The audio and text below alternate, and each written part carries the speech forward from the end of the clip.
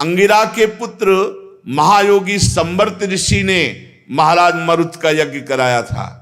मरुत का यज्ञ जैसा हुआ वैसा और किसी का नहीं हो सकता। उस यज्ञ में छोटे बड़े पात्र सब स्वर्ण के थे।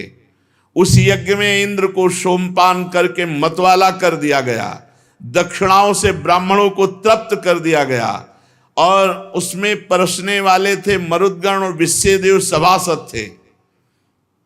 जैसी मरुत ने यज्ञ की वैसी ऐसी अद्भुत यज्ञ। इसी यज्ञ के लिए वशिष्ठ जी को देवराज इंद्र ने वरण कर लिया। जब ये यज्ञ कराने का संकल्प वशिष्ठ जी ने लिया, देवराज इंद्र सोचे कि यज्ञ नहीं होनी चाहिए, नहीं मरुत हमसे आगे निकल जाएंगे। मनुष्य होकर भी यज्ञों में देवराज इंद्र से आगे निकल जाएंगे। तो देवराज इंद्र गए और वशिष्ठ जी से कहा कि मैं तुम्हें आचार्य रूप से वरण करता हूं।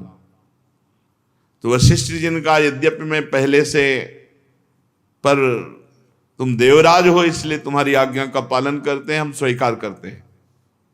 और मरुत को मना कर दिया। मरुत जी बहुत उदास विराजमान थे। इतने में देवर्षि नारद जी आए। तो देवर्षि नारद जी ने कहा, आप उदास क्यों बैठे हैं? तो उन्होंने कहा, यज्ञ का अनुष्ठान और गुरुदेव को चतुरता पूर्वक देवराज इंद्र ने वरण कर लिया, अब तो हमारी यज्ञ अधूरी रह गई। तो उनका नहीं, यज्ञ नहीं अधूरी रहेगी। एक महात्मा है जो बहुत जोर के हैं, संवर्त ऋषि, महायोगी संवर्त। ये इस समय काशी विश्वनाथ जी में है। तुम जाओ और शव को ऐसे रख देना, तो वो मार्ग से दूर ही भागेंगे।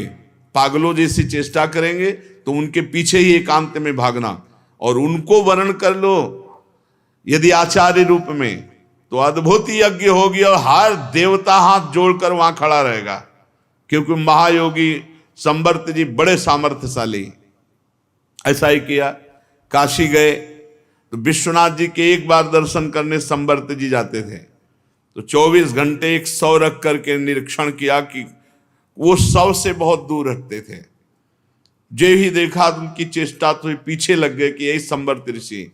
तो लघुशंका फेंकना, थूकना, मारना, ऐसा सब चेष्टा करते हुए एकांत गंगा के किनारे पहुंचे। तो उनका, क्या चाहते हो? तो उनका, आपको गुरु रूप में वरण करना चाहते हैं यज्ञ के लिए। तो बोले, देख लो, जिस समय मैं यज्ञ के लिए बैठूंगा उस समय सारे देवता खिलाफ हो जाएंगे तुम्हारे।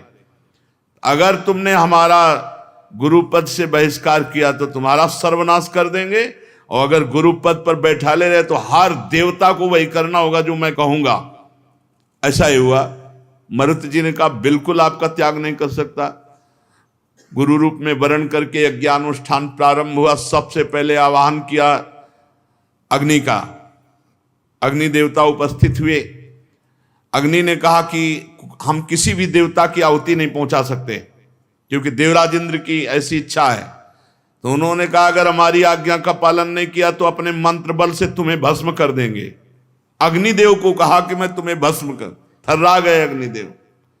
देवराज इंद्र से कहा कि हमें आहुतियां पहुंचानी ही पड़ेंगी, वो इतने जबरदस्त महात्मा है संवर्त ऋषि। देवराज इंद्र ने वज्र का प्रहार करना चाहा महाराज मरुत के ऊपर ईर्ष्यावन, ऐसे ही रोक दिया, ऐसे ही, और कहा जब तक यज्ञ हो ऐसे खड़े रहो। इतने सामर्थ्यशाली महात्मा संवर्त ऋषि, जब तक यज्ञ हो। तब वो धीरे से बोले कि बहुत हाथ दर्द कर रहा है। तो बोले, उपद्रव नहीं करना, चलो ठीक हो जाओ। तो उनके हाथ ठीक हो गए। खूब अमृत पान कराया, खूब आनंद वर्षा हुई, बहुत जोर की। जैसी महाराज मरुत की यज्ञ हुई, अद्वितीय, दक्षिणाओं से तृप्त कर दिया। ब्राह्मण लोग उठा करके नहीं ले जा रहे थे, नहीं चाहिए मुझे इतना हीरा जवाहरात स्वर्ण आदि। मरुत के पुत्र का नाम था दम, और दम से राज्यवर्धन, उससे सुधृति, सुधृत से नर नामक पुत्र की उत्पत्ति हुई। महाराज नर से केवल, केवल से बंधुमान, बंधुमान से वेगवान, वेगवान से बंधु, बंधु से राजा तृणबिंदु का जन्म हुआ। राजा तृणबिंदु आदर्श गुणों के भंडार थे। अप्सराओं में श्रेष्ठ अलम्बुषा देवी ने उनका वरण किया, जिससे उनके कई पुत्र हुए। इडविडा नाम की एक कन्या हुई। मुनिवर विश्वस्रवा ने अपने योगेश्वर पिता पुलस्त जी से उत्तम विद्या प्राप्त करके इडविडा के गर्भ से लोकपाल कुबेर को जन्म दिया। महाराज तृणबिंदु ने अपनी धर्म पत्नी से विशाल, शून्यबंधु और धूम्रकेतु इन पुत्रों को प्रकट किया, जिसने विशाल वंशधर हुए, जो वैशाली नाम की नगरी बसाई। विशाल से हेमचंद, हेमचंद से धूम्राक्ष, धूम्राक्ष से संयम, संयम के दो पुत्र हुए, कृशाश्व और देवज। कृशाश्व के पुत्र का नाम सोमदत्त, उसने अश्वमेध यज्ञों द्वारा यज्ञपति भगवान की आराधना की और योगेश्वर संतों का आश्रय लेकर उत्तम परम पद को प्राप्त किया। सोमदत्त का पुत्र हुआ सुमति और सुमत से जन्मेजय। ये सब तृणबिंदु की कीर्ति को बढ़ाने वाले विशाल वंशी राजा हुए। श्री सुखदेव जी कहते हैं, परीक्षित, मनुपुत्र राजा सरयाति वेदों का निष्ठावान विद्वान था। अंगिरा गोत्र के ऋषियों के यज्ञ में दूसरे दिन का कर्म बताया जो गया था। उसकी एक कमल लोचना कन्या थी, उनका नाम सुकन्या था। एक दिन राजा सरयाति अपनी कन्या को लेकर च्यवन ऋषि जी के आश्रम पर भ्रमण कर रहे थे और सुकन्या अपनी सखियों के साथ वन में घूम घूम करके वृक्षों का, वन का सौंदर्य देख रही थी।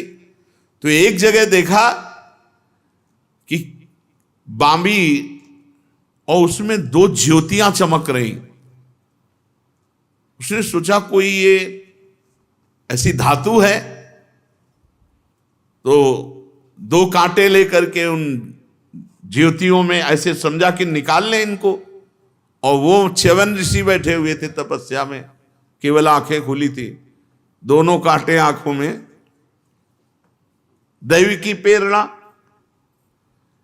अब सुकन्या ने जब काटे उन, तो उनसे खून बह चला। अब तो घबरा के भाग गई कि हमें लगता है कोई अपराध बन गया, ये क्या था, किसी से कहा नहीं। अब च्यवन ऋषि ने पूरे सेना, राजा, सबके मलमूत्र बंद कर दिए। ना लघु शंका न सोच, सब बंद। अब मलमूत्र रुक जाने के कारण सबको परेशानी, सब एक दूसरे से। फिर सैनिकों ने कहा, तब राजा ने कहा यही दशा तो हमारी भी है। तो बोले इसका मतलब कोई अपराध बन गया यहां। राजा ने कहा च्यवन ऋषि का आश्रम है, किसी से कोई अपराध बना? तो जो सुकन्या थी वो धीरे से कहा कि हमें लगता है हमसे अपराध बन गया, क्योंकि एक दीमक में दो ज्योतियां चमक रही थी, तो उसको निकालने के लिए हमने कांटे का प्रयोग किया, उससे खून बना रहे। बोले दीमक नहीं, वो च्यवन ऋषि थे। चलो नजदीक ले गए, प्रार्थना की, महाराज क्षमा करो, इस कन्या को कुछ पता नहीं था। च्यवन ऋषि ने कहा हम तभी क्षमा करेंगे जब कन्या हमको दे दोगे। अपनी कन्या दो। आवाज बांबी से हट, यही भगवान की बहुत विचित्र लीला है। च्यवन मुनि का अभिप्राय समझकर राजा ने सुकन्या से कहा चुपचाप स्वीकार करो इनको पति रूप में, पूरे मलमूत्र बंद है सबके। महाराज अब ऐसे कैसे कहते, इसीलिए आंख खोल लियो, ये सब विधान बनवा दिया। अपनी कन्या को अर्पित कर दिया, खोल दिए सबके मलमूत्र। बड़ी सावधानी से कहा कि तुरंत अब कन्या देकर निपट गए, चलो आश्रम से सब, कोई अपराध न बन जाए ऋषि का। अब परम क्रोधी महान तपस्वी, और कहां वो राजकुमारी सुकन्या, पर पति रूप में वर्ण कर लिया तो रात दिन हाथ जोड़े केवल सेवा में खड़ी रहती, मनोवृत्ति ताड़ती रहती कि हमारे पति की क्या मनोवृत्ति, उसी के अनुसार वर्ताव करती। कुछ समय व्यतीत होने पर दोनों अश्विनी कुमार देवताओं के जो वैद्य हैं वो आश्रम में पधारे च्यवन ऋषि के। च्यवन मुनि ने उनका यथोचित सत्कार किया, कहा आप दोनों समर्थ हैं, हमने ब्याह किया है पर हड्डी हड्डी हमारे शरीर में है, बूढ़े हो गए हैं, ब्याह लायक बना दो। अब वो तो देवताओं के वैद्य हैं। मेरा रूप ऐसा होना चाहिए कि इसको संकोच हो रहा है, पति तो बना लिया लेकिन अब ये राजकुमारी और कहां तपस्वी शरीर, तो ये स्त्री क्या त्रिभुवन की कोई भी स्त्री देखे तो मेरे पे आकर्षण हो जाए, ऐसा सुंदर रूप बना दो। अब वो देवताओं के वैद्य, तो उन्होंने कहा कि जैसी आप आज्ञा करते हैं वैसा मैं कर दूंगा। तो उन्होंने कहा हम आपको देवताओं के यज्ञ भाग में सोमपान करने का अधिकारी बना देंगे। च्यवन ऋषि ने कहा, बात हो गई। वैद्य शिरोमणि अश्विनी कुमार ने महर्षि च्यवन का अभिनंदन किया। इसके बाद मंत्रों से अभिषिक्त करके कुंड बनाया और कहा आप स्नान कीजिए। जे भी स्नान करने के लिए जब जा रहे थे तो शरीर की एक एक हड्डी देख लो, नस गिन लो, झुर्रियां पड़ी और बहुत ही वैसे बीभत्स मतलब भयावना रूप, और आंखें वैसे ही फूट गई थी। तभी तो अब जब कुंड में प्रवेश किया तो दिव्य नेत्र, तेजोमय रूप, और एक नहीं 3 निकले, क्योंकि अश्विनी कुमार भी साथ में। जैसे 3 पुरुष एक जैसे एकदम, तीनों के ही कमलों की माला, कुंडल, सुंदर वस्त्र पहने एक से, और ऐसे तीनों रूप कि त्रिभुवन की कोई भी स्त्री देखे तो लुभायमान हो जाए। परम सुंदरी सुकन्या जी ने जब देखा, तीनों एक की आकृति एक, तीनों का तेज एक, आवाज हुई इनमें से अपने पति को पहचान लो, अगर पहचान लिया तो तुम्हारा वरण हो जाएगा।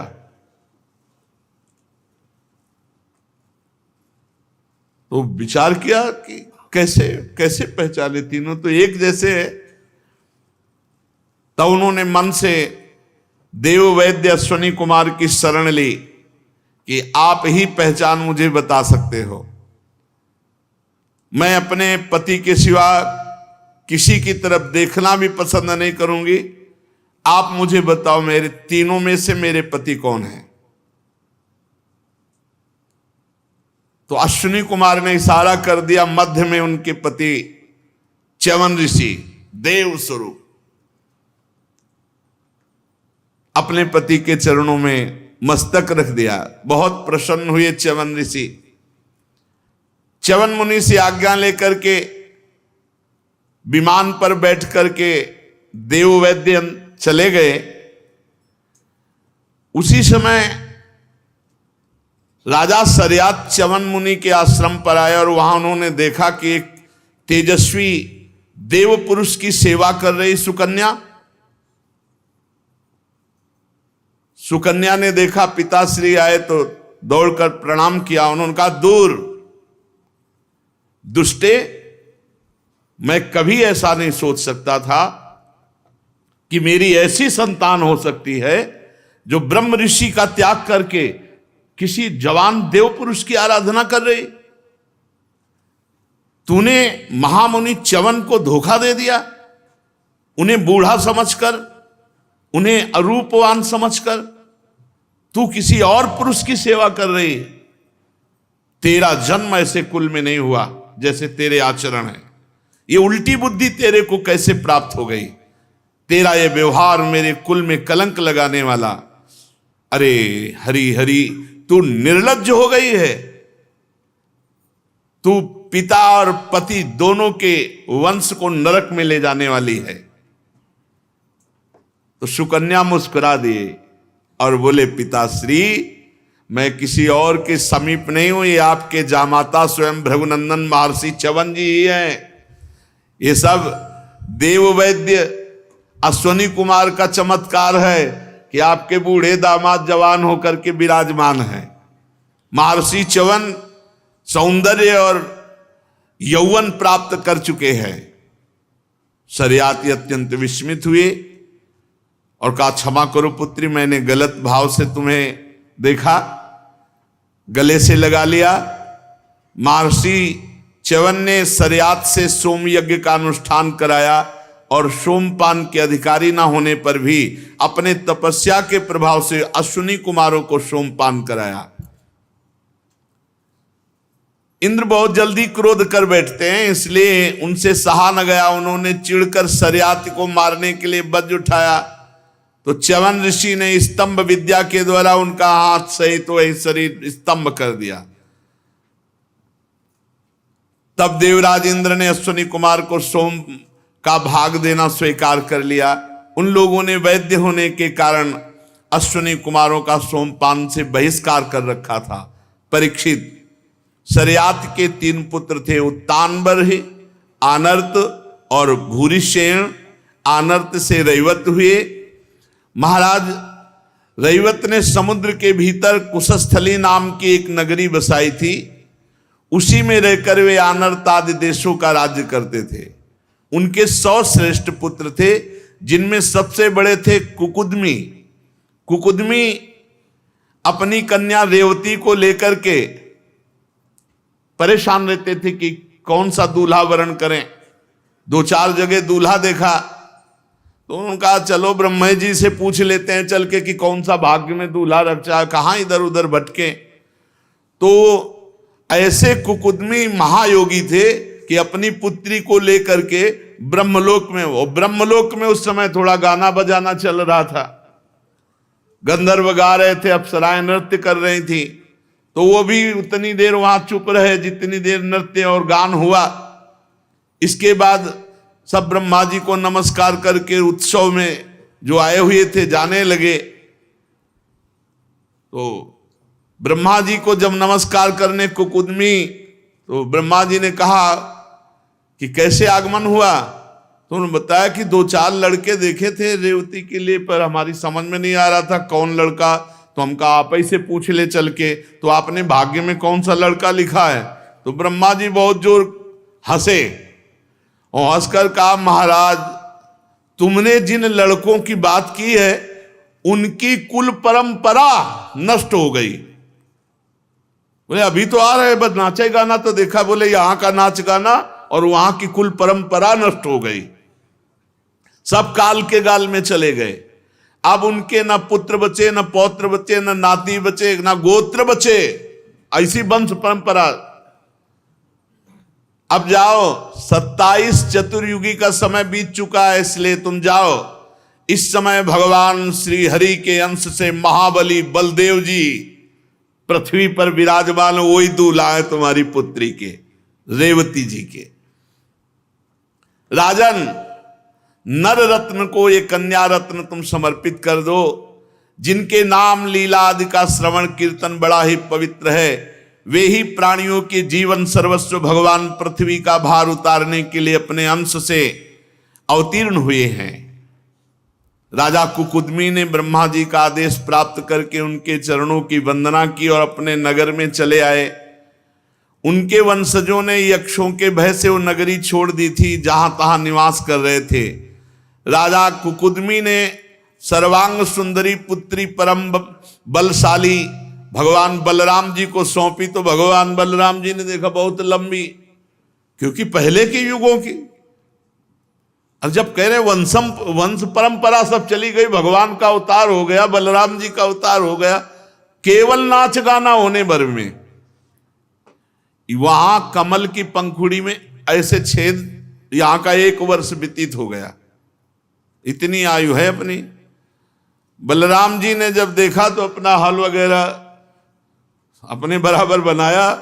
रेवती जी को, बहुत लंबी रेवती जी, भगवान बलराम जी को रेवती जी सौंप दी और कुकुदमी जी बद्री नारायण भगवान में तपस्या करके भगवान के परम पद को प्राप्त हुए।